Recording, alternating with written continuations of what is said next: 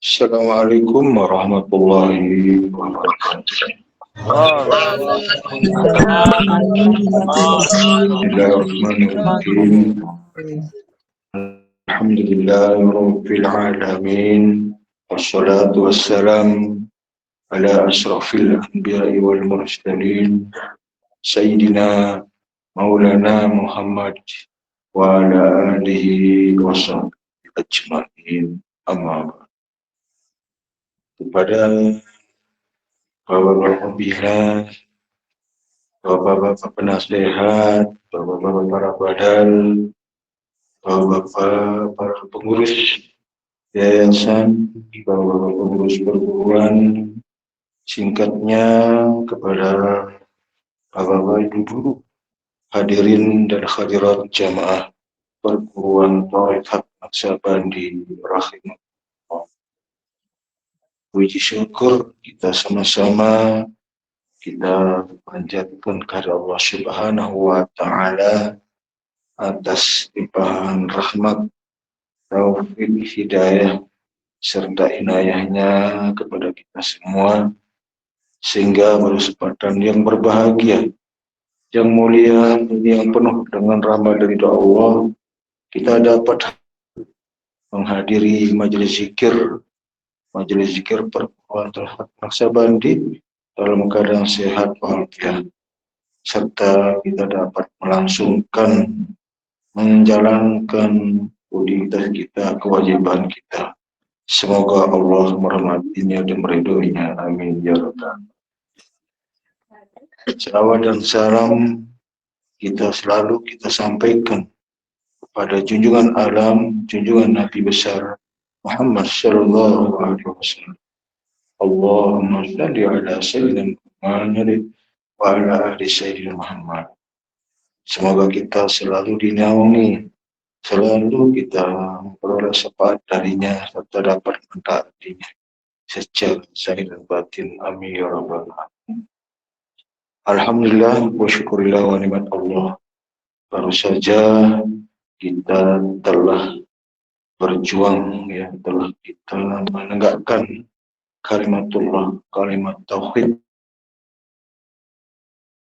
yang paling istimewa, yang paling Allah banggakan, yang paling takjubkan terhadap hamba-hambanya, hamba yang selalu memperbanyak zikir di saat, kapan dan di mana saja. Tentu di dalam wadah perguruan ini kita ada waktu yang kita telah sepakati, yang kita sudah kita tentukan, ya terutama di malam-malam yang sangat mulia, Sayyidul Ayyam, penghulu daripada hari atau waktu adalah hari Jumat atau malam Jumat, sehingga kita jadikan ritual khusus di dalam perguruan kita ini untuk melakukan amalan zikir.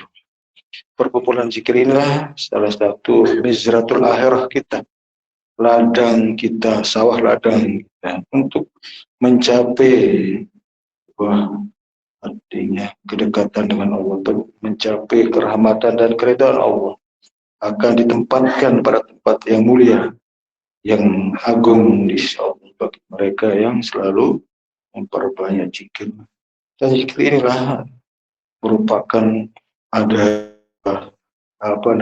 yang paling nikmat, paling yang kita bawa-bawa nantinya di dalam situasi apapun. Amalan zikir yang selalu terasa di dalam kehidupan hari-hari. Coba ayo kita rasakan amal zikir yang lebih terasa dalam keadaan duduk, berdiri, berbaring, dan dalam situasi terasa kali dia terikutkan di dalam kehidupan kita. Itulah membuat suatu kenyamanan, ketenangan damai. Apalagi di detik-detik terakhir itu yang akan menghantarkan kita untuk sampai kepada liqa Rabb, untuk menghantarkan kita bukan sekedar kita amalan-amalan wajib atau sunnah atau mendapatkan derajat pahala, semata-mata membuat kita sampai kita kepada Allah. Itulah sebabnya oleh Allah telah memberi satu harapan kepada kita. Barang siapa berharap berjumpa dengan Allah dan hari akhirat, maka hendaklah berzikir kepada Allah dengan zikir yang seperti itulah. Sebabnya kita yang sudah umur ini kita serukan kepada seboleh-bolehnya kita. Minimal seminggu lah kita, mungkin kalau malam hari-harinya tidak kita temukan, kita dapatkan. Minimal sekali dalam seminggu kan. Jadi sesibuk-sibuknya kan begitu, kita beranikan diri, kita terus berjuang di situ. Semua ini akan kembali kepada diri kita dan kepada keluarga-keluarga kita dan sering keluarisin kita yang akan menemuinya semua. Dan mereka sangat berharap sekali itu semuanya. Dan inilah menjadi seruan-seruan yang kami dari awal sampai terakhir tidak pernah kita menyerukan hal-hal yang lain. Juga yang lain ini hanya sebatas wawasan saja, sebatas untuk memperluas penjelasan pemahaman saja. Namun dalam amaliyah kita apa selama kita membahas ilmu ini? Amaliyah kita apa yang kita peroleh dalam kita memahami ilmu ini? Amalan apa yang kita lakukan? Apa yang kita mengerti tentang petunjuk ini? Kan gitu. Hanya kita diminta hanya zikir, ilmu, amal. Tidak ada yang lain. Ilmu tanpa amal sia-sia. Amal tanpa ilmu. Dua hal yang sangat-sangat agung yang mulia insya Allah. Akan meninggikan derajat seseorang itu hanya dua perkara. Kemudian apa artinya ilmu tanpa amal? Apa arti amal juga tanpa ilmu? Itu sebabnya maka kenapa kita menutupi dengan istiqomah? Artinya sebuah ketetapan kita. Jadi dalam kita mengimani dan mengamalkan tidak akan tergoyah, tidak tergali, tidak terbelokkan, tidak kita membuat kita canggung atau lelah di situ, ya, tidak merasa kita kurang artinya rugi di situ sebenarnya. Nah itu justru kita akan rugi kalau kita tinggalkan halkah kan gitu. Salah satu yang membuat kita rugi itu pilot nanti karena kita tidak mampu membayar hutang kita kepada Allah. Hutang kita kepada Allah hanya kita tidak ingat kepada Allah, melupakan Allah. Itulah hutang semuanya. Makanya orang yang paling merugi nanti di sisi Allah itu ada orang yang pilot, orang yang tidak mampu membayar hutangnya. Dari hutang kita ke Allah, yaitu jika hutang kita sama manusia ya hutang piutang kan itu sebenarnya. Nah, itu sebenarnya membuat hati kita terkatung-katung di situ. Artinya kita nggak nyampe ke Allah, nggak diterima di sisi Allah. Makanya jangan kau mengira bahwa orang yang meninggal itu meninggal, orang yang mati itu mati. Mereka hidup di sisi Allah mendapatkan rezeki. Nah rezekinya ruhnya apa ya? Zikir sesungguhnya kan gitu.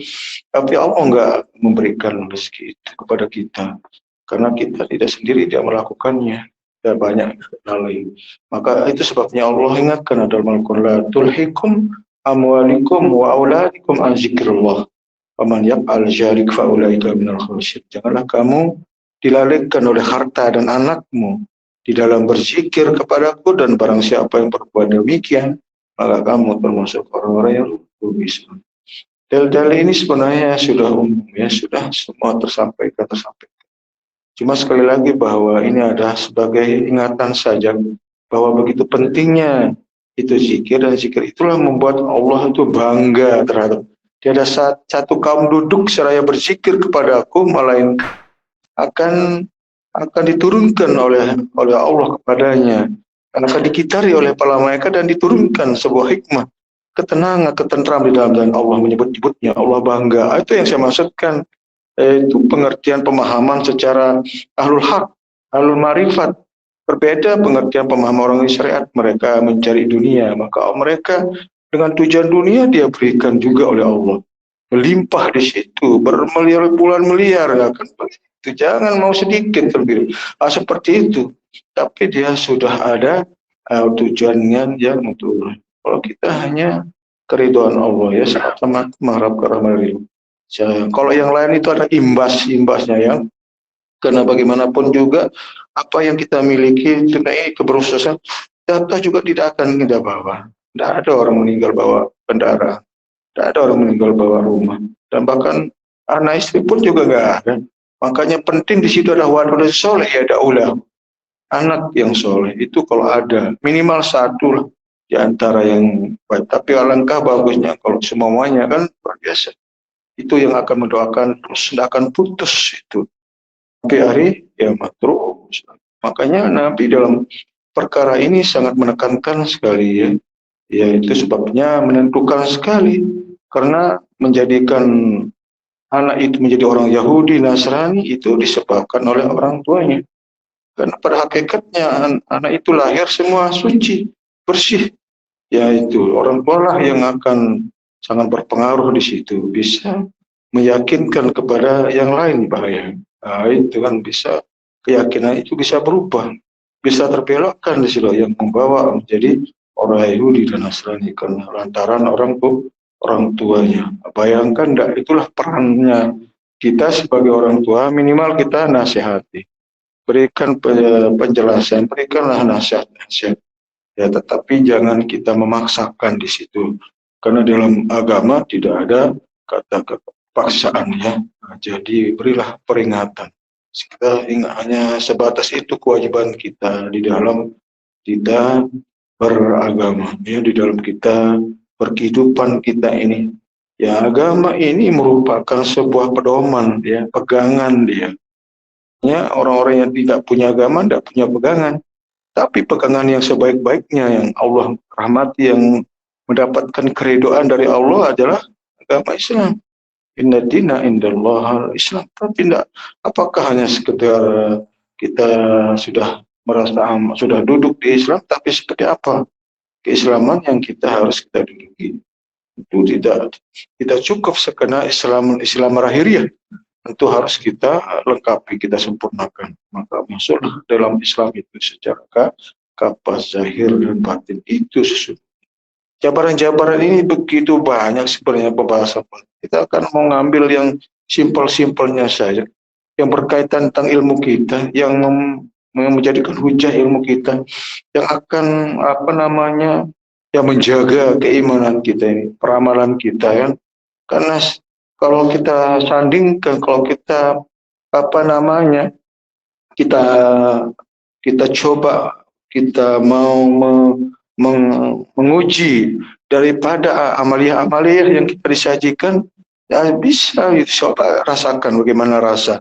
Ibarat makan, kan boleh-boleh saja kan kita mencoba apa yang kita alami, apa yang kita rasakan. Itu sebabnya maka jamaah-jamaah yang sudah memahami, merasakan lezatnya zikir yang nggak mau tertukar dengan yang lainnya. Bayangkan enggak? Tapi kalau sekarang pemahaman-pemahamannya hanya di lisan, pemahaman di logikanya, belum sampai menemukan di dalam hatinya, ya menganggap yang lain itu yang lebih baik kan begitu kan. Jadi disitulah keraguan mereka di situ. Terbelokkan, bahkan bisa meninggalkan halkah, kan berbahaya sekali. Berarti belum mendapatkan getaran-getaran zikir dalamnya.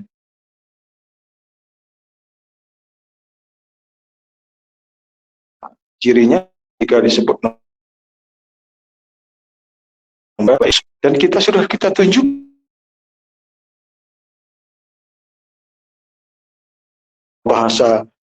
bahasa dunianya, bagaimana kita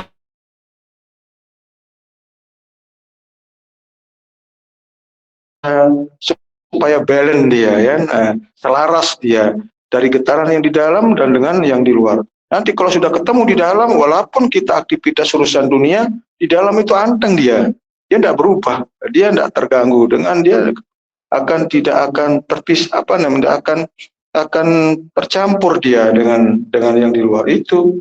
Itu sebabnya. Makanya jangan heran ketika dalam sadar kita, walaupun dalam sadar itu, di dalam itu tetap berjalan semestinya sebagaimana sesuai dengan makom itu, dia berzikirnya tersendiri di situ. Itu sesungguhnya. Nah, ini orang melupakannya kan, dia tinggalkan itu. Hal-hal yang luar yang mereka lebih prioritas. Jadi yang di dalam ketinggalan. Nah, itu jadi makanya di saat pada satu waktu di saat mereka harus terpisahkan dari apa yang harus dilakukan secara rohani, mereka ketinggalan, dia tidak dapatkan, kosong dia. Itu bahayanya ya. Itu jadi kedua hal kita yang kita lakukan secara syariah dengan secara hakikat zahir dan batin. Amaliyah masing-masing ada, ilmunya juga masing-masing ada. Itu sesungguhnya. Kenapa orang mencari? Kalau enggak, ngapain orang belajar rohani, belajar tentang hati, belajar tentang masalah hakikat dan ma'rifat, kan itu. Jadi ketemuin ilmunya dulu, baru pembahasannya. Nah ini kan orang enggak ketemu ilmunya, apa mau dibahas, pembahasannya aja ilmunya belum ketemu. Maka perang dalil jadinya, kan gitu. Nah ketika ditanya tentang apa yang didalilkan, mereka bingung, nggak ngerti apa ya. Di mana dia di situ. Nah, itulah misalnya ya. Jadi berbeda terhadap ya jamaah-jamaah yang sudah ditunjukkan, tinggal kita meresapi, tinggal menghayati pemahaman-pemahaman yang di luar, dan apalagi kita dipahamkan secara ilmu ini. Kan luar biasa, jadi nikmat jadinya ya. Itu ya asik jadinya ketika kita ada pembahasan-pembahasan rohani itu. Jadi hidup jadinya ilmu itu ya. Ya itulah sebabnya dalam wadah ini kita mau hidupkan amaliyah kita. Ya kita hidupkan dia supaya mereka akan ketemu diri kita benar-benar hidup. Makanya sampai Rasulullah katakan masalil dari yaskurun Allah la yaskurun Allah masil hayy wal mayyit. Sampai seperti itulah Nabi mengumpamakan bagi mereka orang-orang yang berzikir dan orang yang tidak berzikir itu diumpamakan adalah seperti orang hidup dan orang yang. Makanya seandainya jamaah-jamaah ini dibukakan kasab terhadap mereka yang tidak zikir, maka mereka akan kita temui mereka bau bangkai. Itu soalnya. Coba kalau seperti itu kawan. Makanya jangan heran orang itu dilihat ada kepala anjing, kepala babi, kalau itu sesungguhnya. Tapi kan tidak semua dibukakan. Itu kan ada beberapa laporan dari jamaah kita, tapi kan tidak boleh kita share hal seperti itu ya. Yang penting seperti itulah sebenarnya yang situasi bagi mereka yang tidak ada zikir di dalamnya. Kan Nabi yang nyata ibarat orang hidup dan orang yang mati. Apakah kita mau seperti itu? Nah itulah makanya zikir itulah nur bagimu cahaya. Ibarat ruangan yang gelap dan orang yang terang. Kan kita nyaman di situ karena ada cahaya di dalamnya. Dan orang sangat butuh dan kita hidup dengan mungkin kita terpisahkan, mungkin kita tidak bersinergi dengan janda, dan mungkin ada kehidupan juga kalau saya enggak. Itu soal itu sebegitu pentingnya enggak dalam kehidupan dunia ini saja ya, tidak akan ada kehidupan kalau cahaya itu tidak ada. Itu sumber energi sebenarnya. Bayangkan enggak, energi nur adalah dari zikir sebenarnya. Zikir itu adalah yang pemilik zikir itu sendiri ya. Demikian penjelasan yang singkat, semoga bermanfaat untuk kita semua. Kurang lebihnya mohon maaf. Wabillahi taufiq. Wassalamualaikum warahmatullahi wabarakatuh.